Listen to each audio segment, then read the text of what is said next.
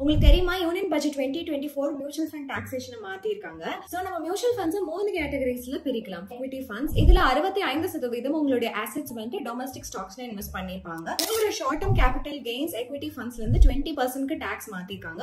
Long term capital gains வந்து 12.5% tax பண்ணப்படும். Dead funds இதுல இருந்து 65% நம்மளுடைய அசெட்ஸ் வந்து டெட் செக்யூரிட்டிஸ்ல இருக்கும். அதாவது fixed income instruments like bond அப்புறமா மணி மார்க்கெட் இன்ஸ்ட்ருமெண்ட்ஸ் இதுல எல்லாம் இருக்கும். டெட் ஃபண்ட் வந்து எப்படி டாக்ஸ் பண்றாங்கன்னா உங்களுடைய இன்கம் டாக்ஸ் ஸ்லாப் கீழ உங்களுடைய ஹோல்டிங் பீரியட்க்கு irrespective மாத்திருக்காங்க. மியூச்சுவல் ஃபண்ட்ஸ் இந்த மியூச்சுவல் ஃபண்ட்ஸ் வந்து எந்த கேட்டகரிக்குலயுமே ஃபிட் ஆகல. இதுல வந்து gold and silver ETFs, gold index funds, அதுக்கப்புறம் ஃபண்ட்ஸ் ஆஃப் ஃபண்ட்ஸ், ஈக்விட்டில இன்வெஸ்ட் பண்றது, இன்டர்நேஷனல் ஃபண்ட்ஸ், கன்சர்வேட்டிவ் ஃபண்ட்ஸ், அப்புறம் ஹைபிரிட் ஃபண்ட்ஸ் இது எல்லாமே வரும். இதுல ஷார்ட் டர்ம் கேபிட்டல் கெயின்ஸ் இந்த ஃபண்ட்ஸ்ல இருந்து கிடைச்சது அப்படின்னா அது எல்லாமே உங்களோட இன்கம் டாக்ஸ் ஸ்லாப் ரேட்க்குள்ள டாக்ஸ் பண்ணப்படும். லாங் டர்ம் கேபிட்டல் கெயின்ஸ் வந்து 12.5% டாக்ஸ் பண்ணப்படும். இன்னொன்னு நோட் பண்ணும், LTCG எக்விட்டி ஓரியன்டட் ஸ்கீம்ஸ்க்கு வந்து இன்க்ரீஸ் பண்ணிருக்காங்க 1 lakhல இருந்து 1,25,000.